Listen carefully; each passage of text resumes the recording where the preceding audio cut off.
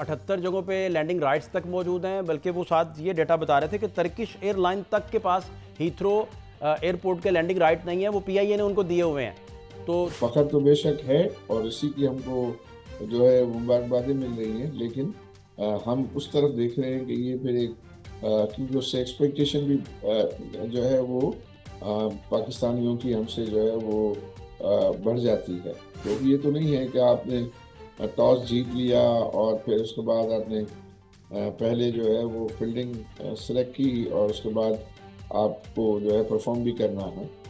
तो उस परफॉर्मेंस का जो है कि हम क्या बेहतरीन से बेहतरीन करें कि हमारा परफॉर्मेंस अच्छा हो। जो एयर बसेस एग्जैक्टली इस वक्त पीआई के पास मौजूद हैं, बहुत सारे लोग अभी खैर दीगर जो एक्सपर्ट्स हैं उनकी राय है कि शायद सारी एयर बसेस ही आपको नहीं लेनी। एग्जिस्टिंग जो एयरक्राफ्ट हैं उनकी परफॉर्मेंस को बेहतर करना होगा। बहुत सारे काम लिस्टेड हैं और इस पर इंशाल्लाह जल्दी से काम जो है वो शुरू हो जाएगा। और जो मुलाजमीन हैं उसकी वो आपकी अंडरस्टैंडिंग के मुताबिक साल बाद अगर फ़र्ज़ करें कुछ मुलाजमीन आपको नहीं रिक्वायर्ड होंगे तो वो फिर गवर्नमेंट को वापस चले जाएंगे। उसमें आई थिंक ये है कि एक साल तक हमें इसी टीम को हमारा और कोई ऑप्शन नहीं है। इसी टीम के साथ हमको चलना है। एक साल के बाद हम टीम को रिशफल कर सकते हैं, तो हम टीम को रिशफल करेंगे। कोई शक नहीं कि बिजनेसमैन पहले तो रिस्क फैक्टर जो होता है उस पर काम करता है। कोविड जब आया तो ये सारा बिजनेस जो था एयरलाइंस का, ये ऑलमोस्ट इस पर बहुत बड़ा डेंट पड़ चुका था, तकरीबन ठप था। फिर तेल की प्राइसेस जब बढ़ती हैं तो बहुत बड़ा धचका इसको आता है। ये तो वो छोटे छोटे फैक्टर्स हैं। आपने जब होमवर्क अपने किए तो रिस्क फैक्टर्स भी डिस्कस किए होंगे। क्या आपकी अंडरस्टैंडिंग है रिस्क फैक्टर्स को लेकर? नहीं, आपने बहुत सही निशानदेही की है कि अगर ये कोविड जैसा जो है पेंडेमिक आ जाए, ऑयल प्राइसेस और जो है वो बढ़ जाए, कोई खुदा न खास्ता वॉर हो जाए, तो उसमें तो वो बहुत ही ज़्यादा डिज़ास्ट्रस होता है फॉर एयरलाइन बिजनेसेस। जो है वो अल्लाह ने साथ दिया और कुछ किस्मत ने साथ दिया, तो ये जो ऑयल प्राइसेस है या ये वॉर वगैरह की सिचुएशन ना होना है या पेंडेमिक ना होना है और आपको ये अच्छा इन्वायरमेंट मिल जाए कुछ साल, तो आपको जो है वो आप अपने आप को फिर जो है पोजीशन कर लेंगे, इस तरह पोजीशन कर लेंगे। मुबारकबादों का सिलसिला तो शुरू हो गया है, लेकिन असल टारगेट तो ये है कि कंपटीशन जो है उसे भी मीट करना है और बाकी सारी चीज़ों को बड़े प्लान से चलाना भी है। एग्जैक्टली क्या आप शेयर कर सकते हैं अभी, किस तरीके से मूव फॉरवर्ड है, किस तरीके से आगे बढ़ेंगे? देखिए, पहला मरहला तो ज़ाहिर है ये था कि हम इस बिडिंग में जो है वो कामयाबी हासिल करें और उसके लिए ज़ाहिर है बहुत एक्सटेंसिव जो है वो काम करना पड़ा। हमारे जो एडवाइजर्स हैं, इंटरनेशनल एडवाइजर्स के साथ इंगेजमेंट, प्राइवेशन कमीशन के साथ जो है वो इंगेजमेंट, और फिर कंपटीशन को जो है असेस करना, और फिर ये है कि बिड स्ट्रेटेजी करना। तो वो सारे काम तो अल्हम्दुलिल्लाह जो है वो हो गए। अब जबकि ये हम सक्सेसफुल बिडर जो है वो डिक्लेयर हो गए, तो उसके बाद फिर ये होता है कि जो हमारी इसको कहते हैं कि प्राइवेशन कमीशन के साथ कुछ कंडीशन प्रेसिडेंट्स होती हैं कि हम इनको टेक ओवर करने के लिए बहुत सारे जो है वो कंडीशंस होती हैं। उस कंडीशंस को उनको कंप्लीट करना है, मीट करना है, और उसके बाद हम टेक ओवर करेंगे। तो उसमें मुझे लग रहा है कि 3 से 4 महीने, जैसे कि चेयरमैन प्राइवेशन कमीशन मोहम्मद अली साहब बता रहे थे कि वो वक्त लगे। उस दौरान में हमारी एसपीवी बनेगी। हम तमाम जो कंसोशियम मेंबर्स हैं उस एसपीवी के शेयर होल्डर्स बनेंगे और उसकी बेसिस पर, और उसके बाद फिर अब फौजी फर्टिलाइजर ने हमारा कंसोशियम जो है वो ज्वाइन कर लिया है, तो उनके साथ हमारी सारी डॉक्यूमेंटेशंस वगैरह होंगी। और इसी दौरान में हम जो है वो एडवाइजर्स के साथ मजीद एक एंगेजमेंट करेंगे ताकि गोइंग फॉरवर्ड एयरलाइन को चलाने के लिए जो है वो क्या इकदाम की ज़रूरत होगी उसको लिस्ट करेंगे। हम जो है वो अपने जो मैनेजमेंट है मैनेज के साथ हम जुड़ेंगे और उनको साथ जो है और मज़ीद उनसे हम ज़्यादा मालूमात हासिल करेंगे, ताकि जब हम उसको टेक ओवर करें तो हम वेल इन्फॉर्म्ड हो, और फिर हमारी जो अभी प्लान्स हैं उनको हम जल्दी से इम्प्लीमेंटेशन उसकी शुरू कर सकें।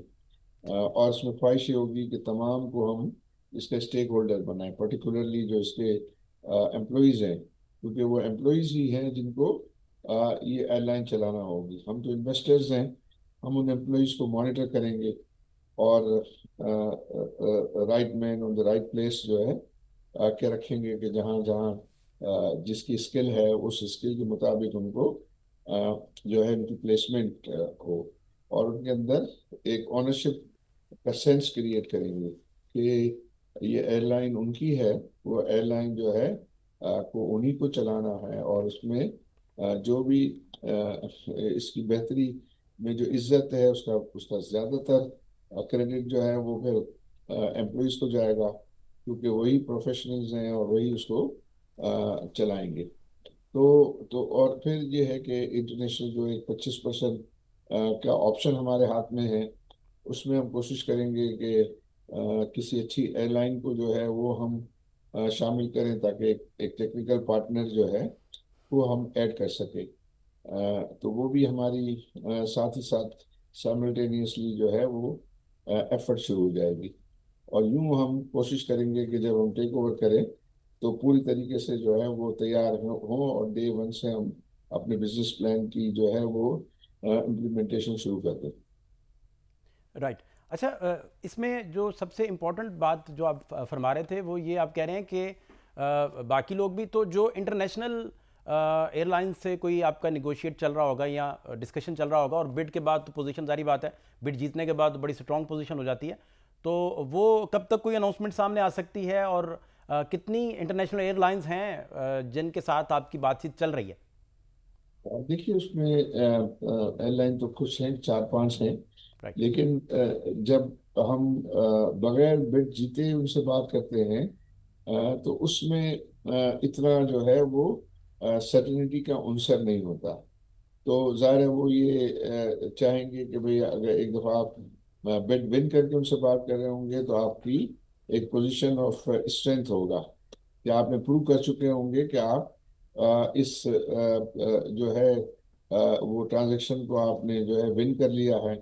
और विन करके फिर वो हमारे सारे क्रेडेंशियल्स जो है वो भी देखेंगे, हम उनके क्रेडेंशियल्स को देखेंगे, और फिर जो सूटेबल एयरलाइन होगी उसके साथ फिर हम आगे प्रोसीड करेंगे। उनकी भी कुछ टर्म्स एंड कंडीशंस होंगी, हमारी भी कुछ टर्म्स एंड कंडीशंस होंगी। तो इसके पेश नज़र तो अब ये समझिए कि एक सीरियस इंगेजमेंट जो है वो हम करने के स्टार्ट करने के काबिल होंगे। अच्छा आरिफ हबीब साहब, ये चूंकि बड़ा टेक्निकल बिजनेस है आपकी, तो खैर बहुत ज़बरदस्त रिप्यूट भी है, बड़े अच्छे से आप सारे काम अपने लेकर चल रहे हैं, लेकिन इसमें 34 अगर एयर बसेज हैं तो इसको आप 65 तक अगर लेके जाएंगे, तो ये जो 34 की कंडीशन है वो क्या है, या एग्जैक्टली रिक्वायर्ड नंबर कितना है जो जहाँ तक आप लेके जा सकते हैं, और दूसरा फिर स्टेप वाइज दूसरी कुछ चीज़ें भी हैं, वो भी मैं आपकी रहनुमाई उस पर चाहूँगा।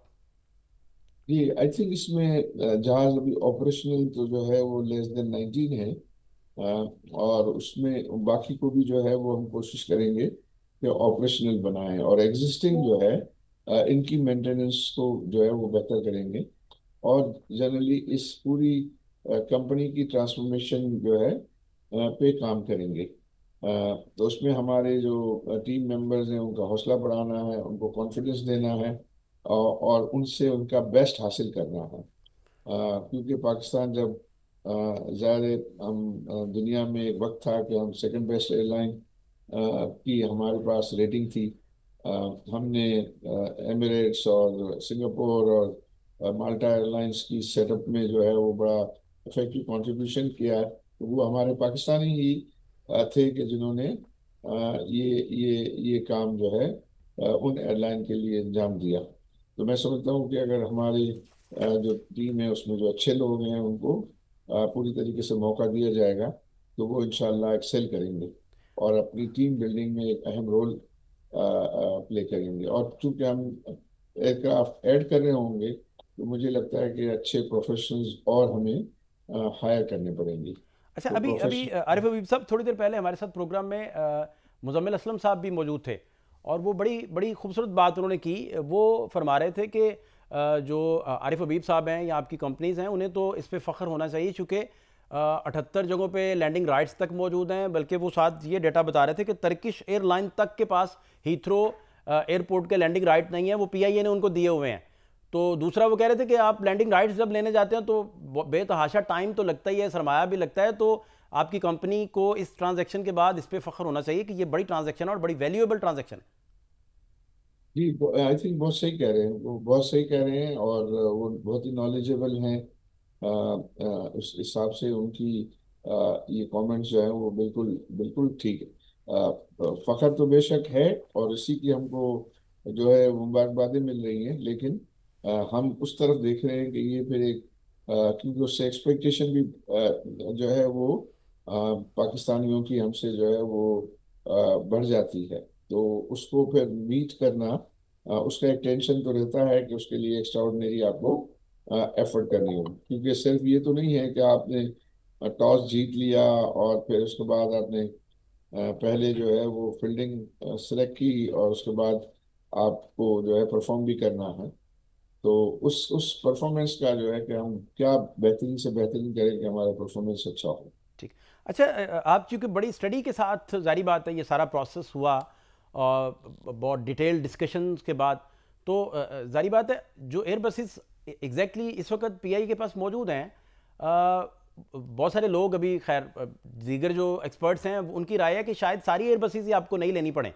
लेकिन आपकी रिसर्च और आपका जो अब तक का सारा होमवर्क था उसके मुताबिक वो एयर बसेस भी कारामद हैं और उनमें आप एडिशन भी कर लेंगे।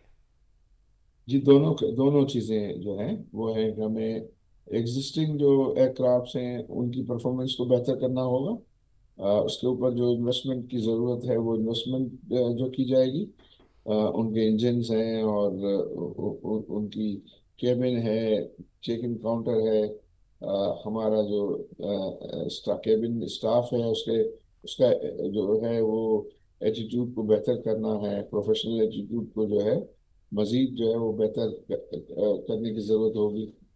तो वो सारे काम लिस्टेड हैं, और इस पर इंशाल्लाह जल्दी से काम जो है वो शुरू हो जाएगा। और जो मुलाजमीन हैं उसकी उन वो आपकी अंडरस्टैंडिंग के मुताबिक साल बाद अगर फ़र्ज़ करें कुछ मुलाजमीन आपको नहीं रिक्वायर्ड होंगे, तो वो फिर गवर्नमेंट को वापस चले जाएंगे। उसमें आई थिंक ये है कि एक साल तक हमें इसी टीम तो हमारा और कोई ऑप्शन नहीं है। इसी टीम के साथ हमको चलना है। एक साल के बाद हम टीम को रिशफल कर सकते हैं। तो हम टीम को रिशफल करेंगे, और इसी दौरान में एक एक इंडिविजुअल को जो है वो इवेलुएट करना होगा, और उनमें कॉन्फिडेंस जो है वो इंस्टॉल करना होगा कि जो जो अच्छे लोग हैं उनको ये कॉन्फिडेंस देना कि मैनेजमेंट या स्पॉन्सर्स उनके बिहाइंड है। तो वो अपना बेहतरीन काम करें, और उनको जो मामला जो है वो अच्छे लगते हैं, बेहतर लगते हैं, वो प्रपोज करें, तो उसकी बेसिस पर उनको ये पूरा पूरा सपोर्ट जो है वो लेंड किया जाएगा, ताकि वो अपना बेहतरीन आइडियाज़ को इम्प्लीमेंट कर सकें। अच्छा, आखिरी बात आरिफ हबीब साहब, कोई भी बिजनेस जो होता है उसमें कोई शक नहीं कि बिजनेसमैन पहले तो रिस्क फैक्टर जो होता है उस पर काम करता है, उसी पे सारा होमवर्क किया जाता है। आपको याद होगा कि कोविड जब आया तो ये सारा बिजनेस जो था एयरलाइंस का, ये आलमोस्ट इस पे बहुत बड़ा डेंट पड़ चुका था, तकरीबन ठप था। फिर तेल की प्राइसेस जब बढ़ती हैं तो बहुत बड़ा धचका इसको आता है। ये तो वो छोटे छोटे फैक्टर्स हैं। आपने जब होमवर्क अपने किए तो रिस्क फैक्टर्स भी डिस्कस किए होंगे। क्या आपकी अंडरस्टैंडिंग है रिस्क फैक्टर्स को लेकर?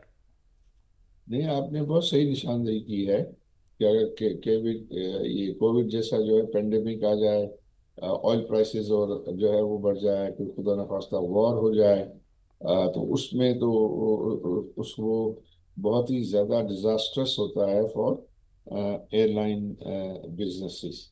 और अगर हम इसको मैनेजमेंट को ठीक ना कर सके, मैनेजमेंट को हमने इम्प्रूव ना किया, तो जो है वो तो काफ़ी मामला जो है वो सीरियसनेस की तरफ होगा। लेकिन इसके साथ जो है वो अपॉर्चुनिटीज़ भी हैं। अगर जो है वो अल्लाह ने साथ दिया और कुछ किस्मत के साथ दिया, तो ये जो ऑयल प्राइसेस है, या ये वॉर वगैरह की सिचुएशन ना होना है, या पेंडेमिक ना होना है, और आपको ये अच्छा इन्वायरमेंट मिल जाए कुछ साल, तो आपको जो है वो एक आप अपने आप को फिर जो है पोजीशन कर लेंगे, इस तरह पोजीशन कर लेंगे, और फिर इस पोजीशन में आप आ जाएंगे, बेहतर दिन जो है वो आप जो है वो देख सकेंगे। अच्छा। तो इन रिस्क के अलावा फिर एयरप्लेन्स की जो है वो सोर्सिंग करना है, वो भी एक इशू है। और फिर हमारी सारी जो एयरक्राफ्ट फ्लीट है उनका मेंटेनेंस जो है वो अच्छा रखना, हमारी जो फ्लाइट्स हैं उनकी पंक्चुअलिटी को जो है वो इंश्योर करना।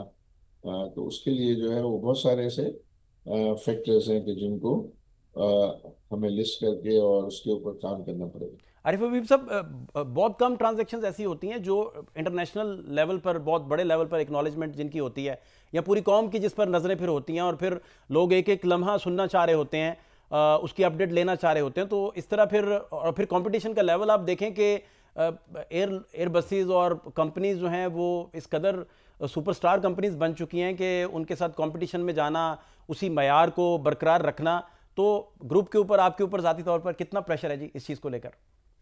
नहीं, उसमें काफ़ी प्रेशर है, काफ़ी प्रेशर है, और लेकिन ये प्रेशर भी हम देखते हैं, लेकिन इसके साथ अपॉर्चुनिटी भी देखते हैं।